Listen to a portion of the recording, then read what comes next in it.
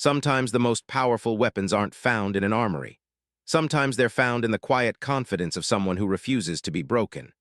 In a world where rank often trumps respect, where authority can mask cruelty, and where speaking up can cost everything, one woman discovered that the right words at the right moment could change not just her own fate, but the entire culture of those around her.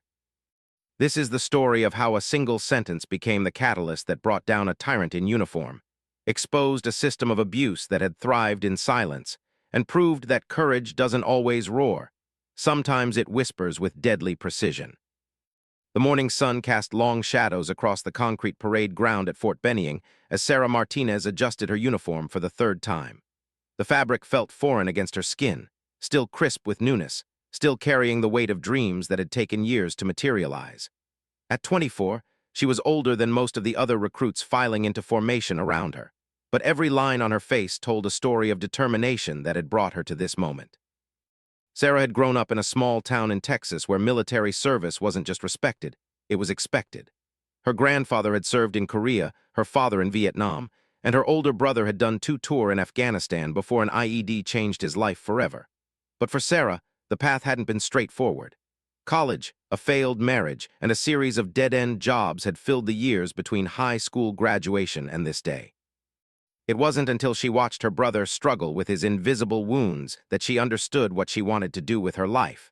She wanted to serve, not just her country, but the men and women who served alongside her. The decision to enlist had cost her everything she thought she knew about her future. Her ex-husband had laughed when she told him, calling it another one of her phases. Her mother had cried, begging her to reconsider, to think about having children, about settling down like a proper woman should. Even her brother, the one person she thought would understand, had tried to talk her out of it. "The military isn't what it used to be," he'd said, his eyes distant. "Especially not for women like you."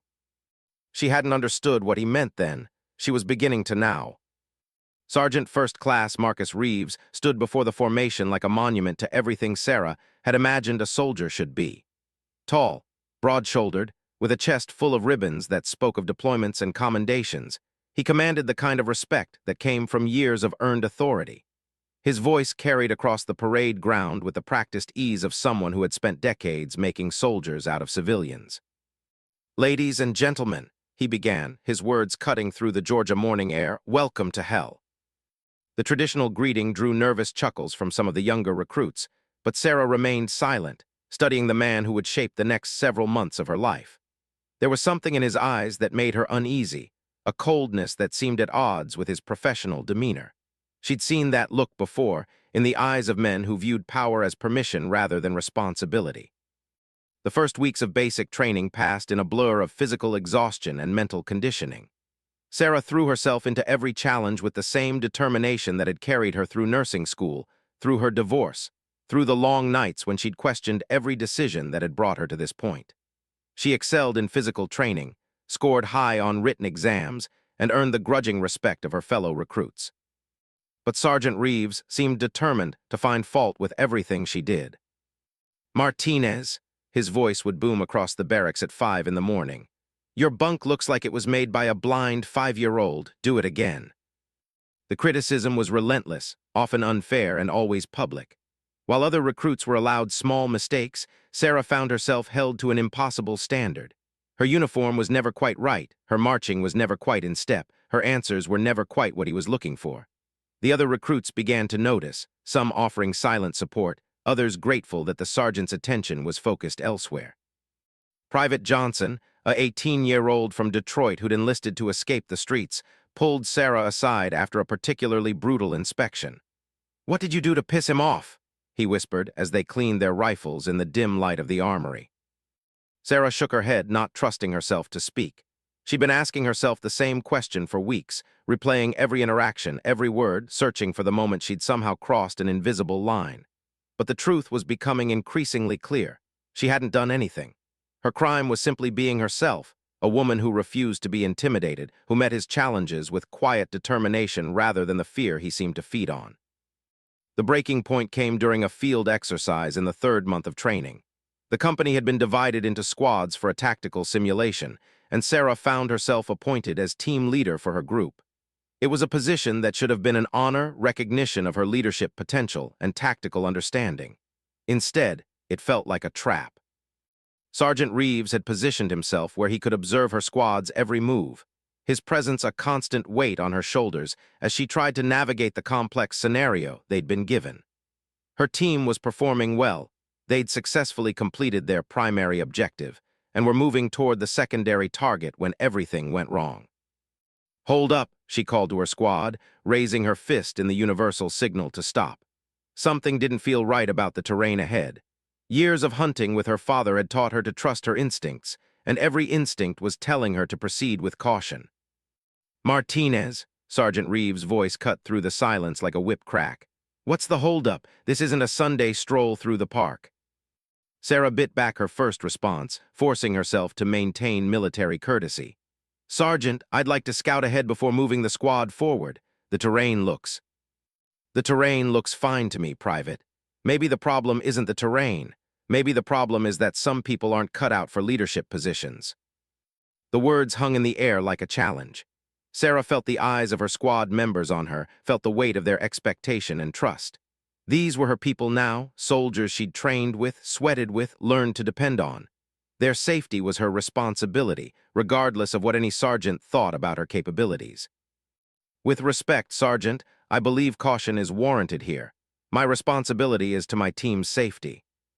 Sergeant Reeves stepped closer, his voice dropping to a tone that somehow carried more menace than his earlier shouting. "Your responsibility, Private, is to follow orders and complete the mission, unless you think your judgment is better than that of a soldier with 15 years of combat experience." The trap was obvious now. If she backed down, she'd be failing her squad and reinforcing whatever prejudices had driven his treatment of her. If she stood her ground, she'd be seen as insubordinate, challenging the authority of a superior officer. There was no winning move, no path that didn't lead to consequences. But as she looked at the faces of her squad members, Johnson with his street-smart eyes that had seen too much too young, Rodriguez with his quiet competence and fierce loyalty, Williams with her shy smile and unexpected courage, Sarah realized that winning wasn't the point. Doing right by her people was. "Sergeant, I respectfully maintain that we should scout the area before proceeding."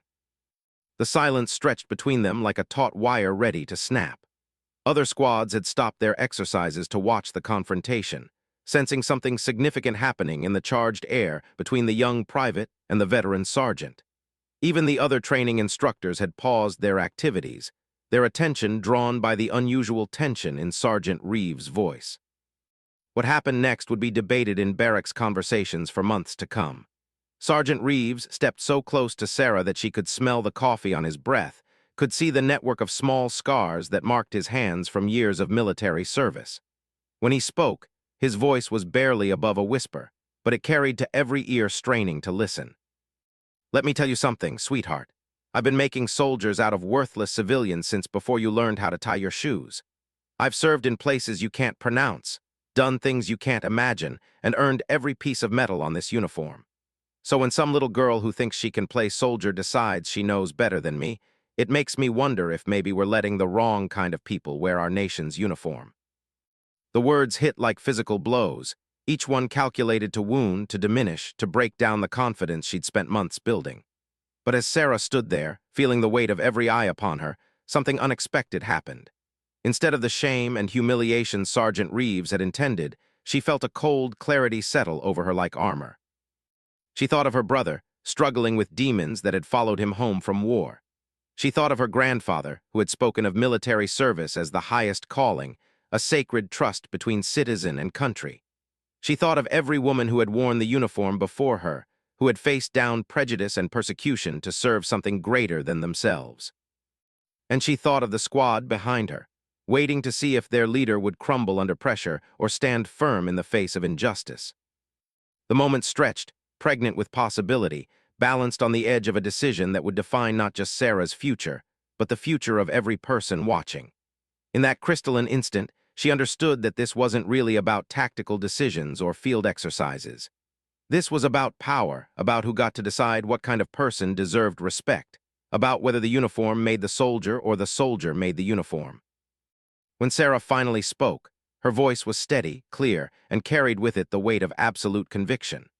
The words that came next would change everything, would set in motion a chain of events that would expose years of abuse, would challenge a system that had allowed bullies to hide behind rank, and would prove that sometimes the most devastating weapons are forged not in armories, but in the quiet strength of those who refuse to be broken.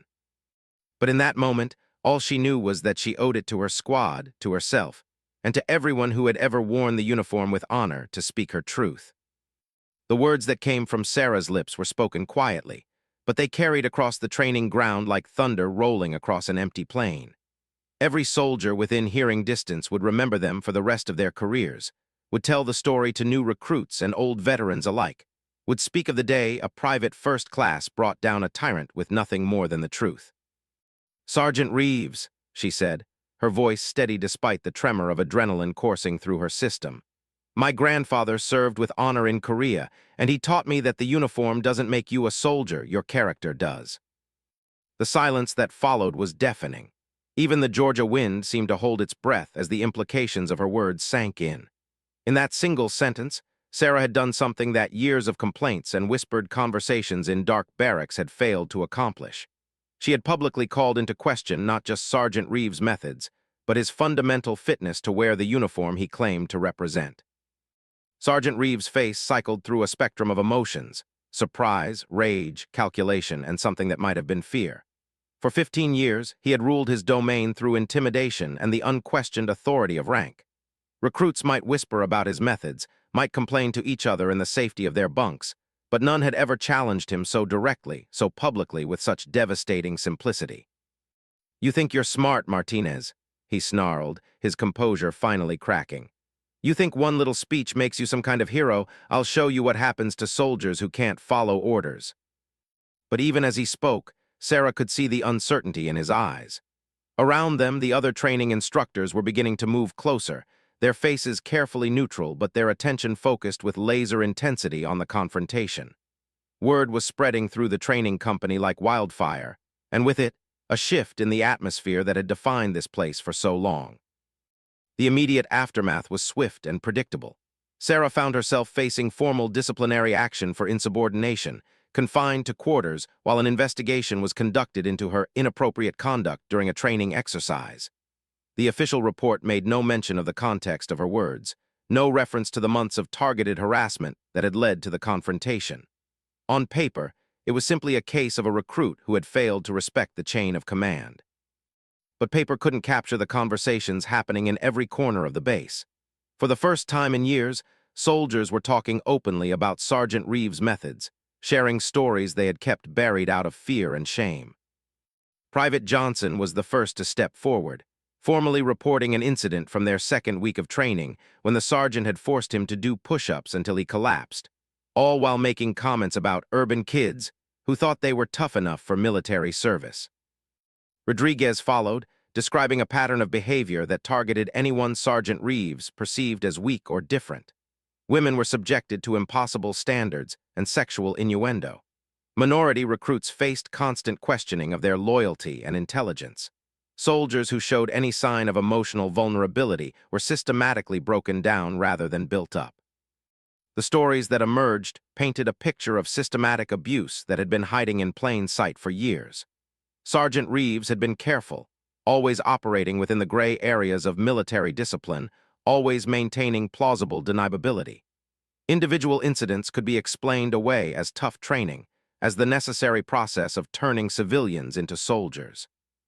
But taken together, they revealed a pattern of behavior that had nothing to do with military discipline and everything to do with personal prejudice and the abuse of power.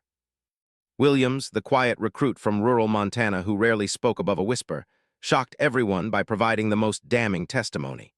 She had kept a detailed journal throughout training, documenting not just her own experiences, but everything she had witnessed. Her careful observations revealed a systematic campaign of psychological warfare that targeted specific types of recruits while protecting others who fit Sergeant Reeves' preferred mold. The investigation that followed was swift but thorough. The Army, faced with the prospect of a public relations nightmare and potential legal action, moved quickly to distance itself from Sergeant Reeves' methods. What they found went beyond individual misconduct to reveal systemic failures in oversight and accountability that had allowed the abuse to continue unchecked for years. Sarah spent her confinement period in a strange limbo, uncertain whether she would emerge as a vindicated whistleblower or a cautionary tale about the consequences of challenging authority. The isolation gave her time to reflect on the path that had brought her to this moment, to question whether the cost of speaking out had been worth it. The answer came in the form of visits from her fellow recruits. Despite regulations prohibiting contact with soldiers under investigation, they found ways to let her know she wasn't alone. Johnson slipped notes under her door, sharing news from the company and updates on the investigation. Rodriguez managed to accidentally encounter her during her supervised exercise periods, offering quiet words of support and gratitude. But it was Williams who provided the most significant revelation. During one of her brief conversations with Sarah, she revealed that she wasn't the only one who had been keeping records. Several other recruits had been documenting incidents, gathering evidence, building a case they had been too afraid to present. Sarah's public confrontation with Sergeant Reeves had given them the courage to speak up, to add their voices to the growing chorus demanding change.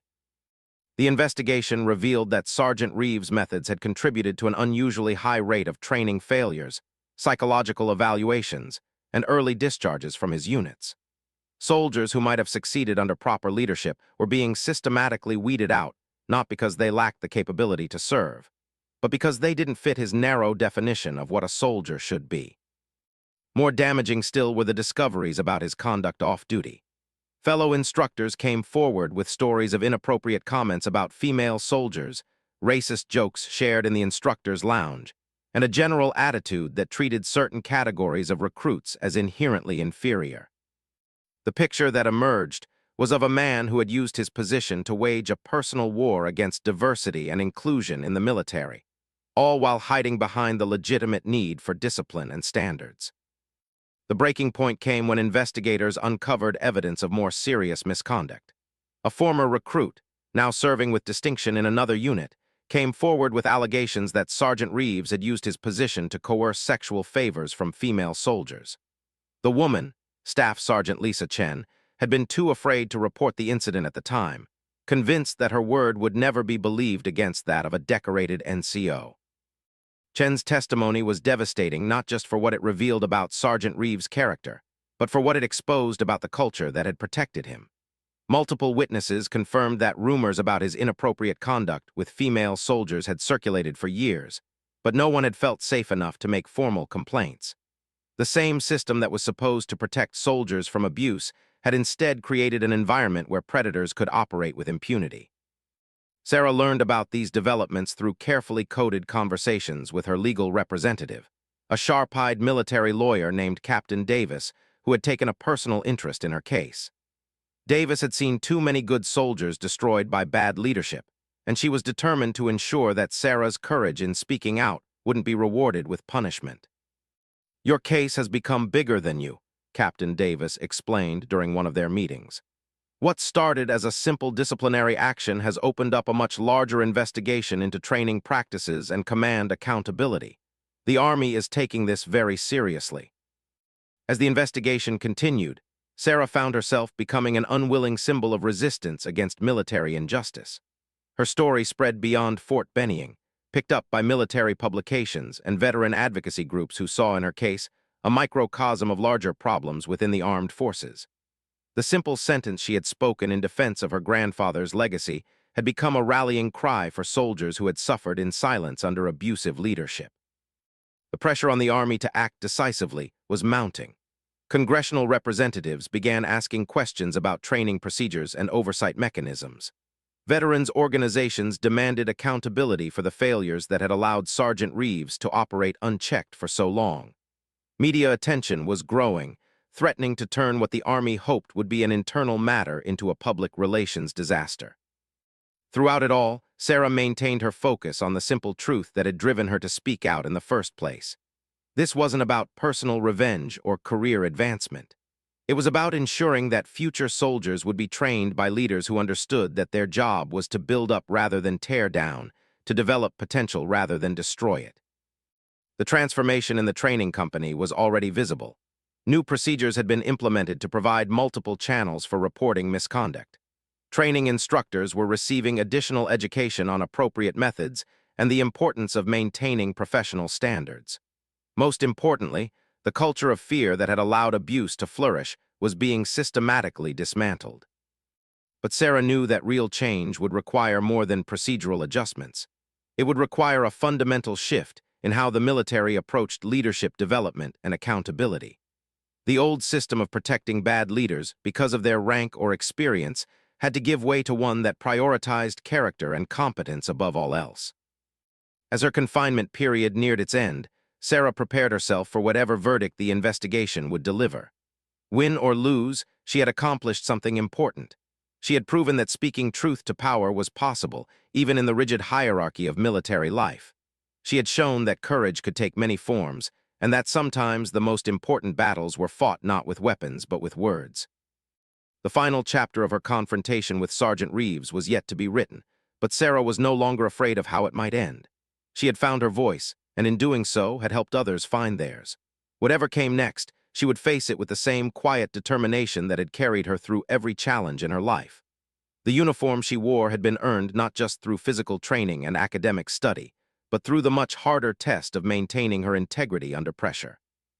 The young woman who had arrived at Fort Benning months earlier, uncertain of her place in the military world, had been transformed not by the harsh treatment of a bitter sergeant, but by her own refusal to let that treatment define her. She had become exactly the kind of soldier her grandfather would have been proud of, one who understood that true strength came not from the ability to intimidate others, but from the courage to stand up for what was right, regardless of the personal cost. The verdict came on a Tuesday morning when autumn was beginning to paint the Georgia landscape in brilliant shades of gold and crimson. Sarah stood at attention in the company commander's office, her dress uniform pressed to perfection, her bearing reflecting the months of transformation she had undergone since that first nervous morning on the parade ground. Beside her, Captain Davis shuffled through a thick folder of documents that represented one of the most comprehensive investigations into training misconduct in recent Army history. Colonel Patricia Hayes, the base commander who had overseen the investigation, looked up from the final report with eyes that had seen too much of both the best and worst that military service could offer. A 30-year veteran who had risen through the ranks during some of the most challenging periods for women in the military, she understood better than most what Sarah's courage had cost her. "Private Martinez," Colonel Hayes began, her voice carrying the weight of institutional authority but softened by genuine respect. "After a thorough investigation into the events of September 15th and the broader pattern of conduct that preceded it, this command has reached several significant conclusions." The pause that followed seemed to stretch for hours, though Sarah's watch would later tell her it lasted only seconds. In that brief silence, she thought of all the people whose stories had become intertwined with hers. The recruits who had found their voices, the former soldiers who had finally felt safe enough to share their experiences, the family members who had watched their loved ones struggle under abusive leadership. "First," Colonel Hayes continued, "the investigation has substantiated multiple instances of misconduct, harassment, and abuse of authority by Sergeant First Class Marcus Reeves spanning a period of more than 5 years.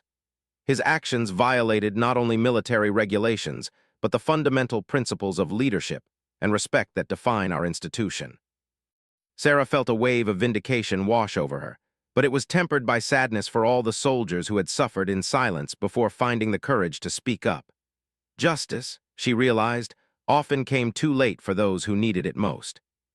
Second, this command acknowledges that Sergeant Reeves' conduct was enabled by systemic failures in oversight and reporting mechanisms that we are committed to addressing. No soldier should have to endure what you and your fellow service members experienced, and we take full responsibility for the failures that allowed such conduct to continue unchecked.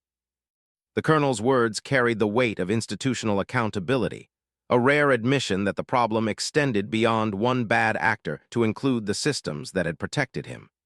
For Sarah, this recognition was almost as important as the vindication of her specific case. Third, your actions on September 15th, while technically in violation of proper military courtesy, were fundamentally motivated by a commitment to the welfare of your fellow soldiers and the principles of honorable service. In light of the circumstances and the courage you displayed in exposing serious misconduct, all disciplinary charges against you are hereby dismissed. The relief that followed was overwhelming, but Colonel Hayes wasn't finished. Furthermore, your demonstration of moral courage under extremely difficult circumstances exemplifies the best traditions of military leadership. Effective immediately, you are being promoted to private first class, and you will be transferred to advanced leadership training upon completion of your basic course. Sarah's mind struggled to process the magnitude of what she was hearing. Not only had she been vindicated, she was being recognized as exactly the kind of soldier the army needed. One who could balance obedience with conscience, who understood that true leadership sometimes required standing up to authority rather than simply following orders. The aftermath of Sergeant Reeves' downfall rippled through the military community like stones thrown into a still pond. His court-martial became a landmark case, not just for the severity of the charges, but for the unprecedented number of victims who testified against him. The man who had once seemed untouchable was ultimately sentenced to reduction in rank, forfeiture of pay and allowances, and dismissal from the service under other than honorable conditions. More importantly, his case became a catalyst for widespread reforms in military training and leadership development. New protocols were established for monitoring instructor conduct. Multiple reporting channels were created to ensure that complaints could be made safely, and leadership training was expanded to emphasize the importance of creating positive training environments. Sarah found herself at the center of these changes, invited to participate in working groups and policy discussions that would shape how future soldiers would be trained. Her insights, born from direct experience with both effective and abusive leadership, proved invaluable in designing systems that could identify and address problems before they escalated to the level she had experienced. The personal cost of her stand became clear in the months that followed. Despite the official vindication, Sarah faced subtle retaliation from some corners of the military establishment. Certain instructors remained distant, viewing her as a troublemaker who had violated the unspoken code that protected rank from criticism. Some fellow soldiers whispered that she was a glory seeker who had blown a routine training incident out of proportion. But for every person who questioned her motives, there were 10 who thanked her for her courage.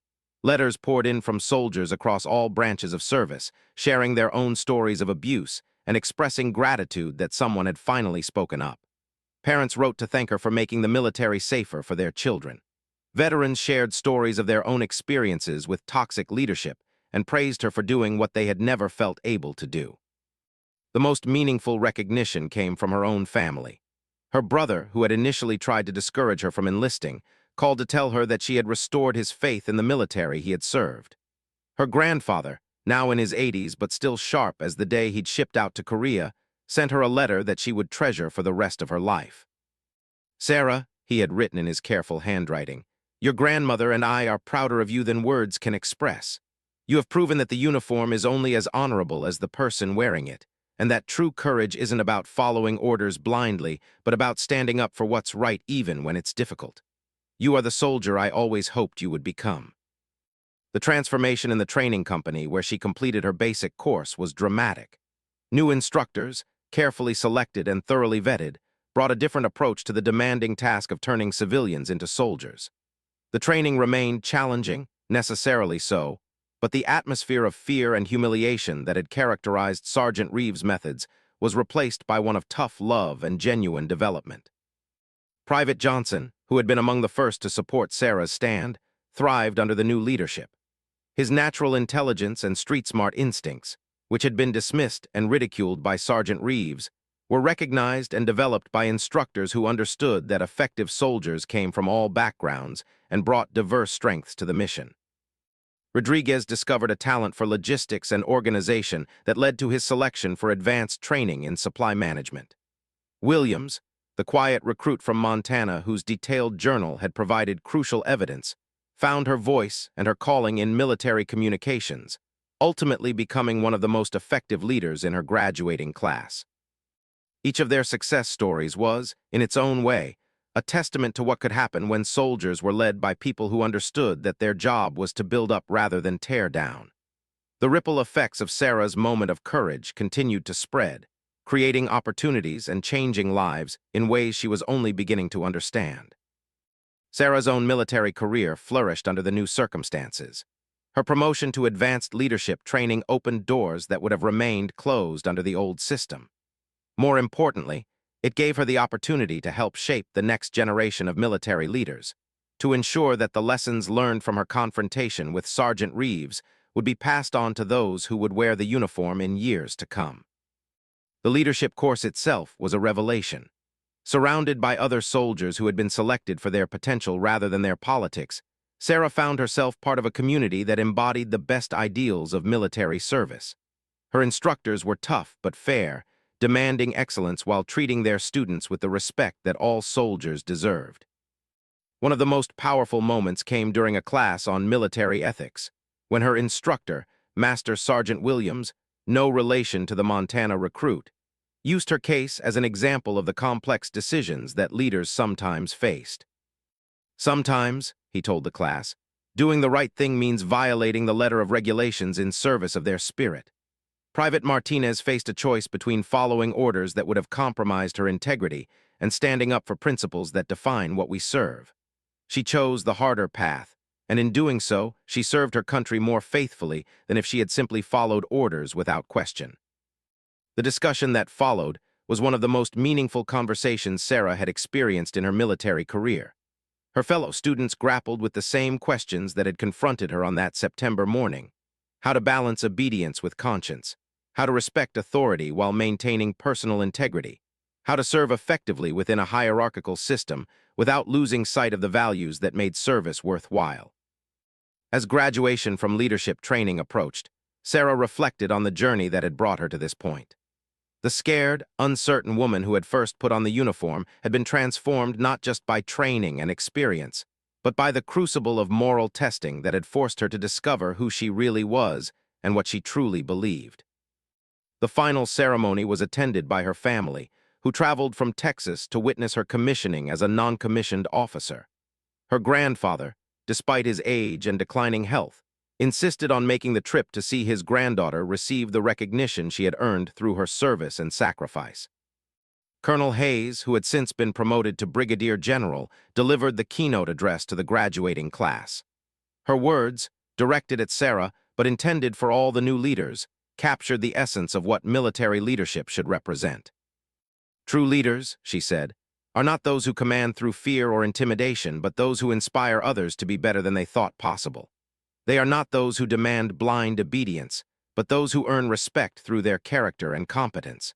And they are not those who protect their own authority at all costs, but those who are willing to risk everything for the principles they serve and the people they lead. Sarah's story became part of military folklore, told and retold in leadership courses and training programs across all branches of service. But for her, the real victory wasn't in the recognition or the career opportunities that followed. It was in the knowledge that her moment of courage had created space for others to find their own voices, had helped transform an institution she loved, and had honored the legacy of all the soldiers who had worn the uniform with distinction before her. Years later, when she was a senior non-commissioned officer herself, Sarah would often tell young soldiers about the importance of speaking up when they witnessed injustice, of standing firm in their principles even when it seemed easier to stay silent. She would remind them that the uniform they wore represented not just military might, but moral authority, and that authority could only be maintained by those who were willing to defend it, even against those who would abuse it from within. The sentence that had changed everything: "My grandfather served with honor in Korea, and he taught me that the uniform doesn't make you a soldier, your character does," became more than just words of defiance. It became a declaration of principles that continued to shape how she approached every challenge, every decision, every opportunity to make a difference in the lives of the soldiers she served with. Sergeant Marcus Reeves was largely forgotten, his name mentioned only in case studies about the importance of accountability and proper oversight. But Sarah Martinez was remembered as proof that sometimes the most powerful weapons against injustice are found not in armories, but in the quiet courage of those who refuse to let wrong prevail, no matter the personal cost. Her grandfather's lesson had proven true. The uniform didn't make the soldier. Character did. And in standing up for that principle when it mattered most, Sarah had proven herself worthy of every honor that military service could offer, not because of the rank she achieved or the recognition she received, but because when faced with the choice between what was easy and what was right, she had chosen to be the soldier her country needed her to be.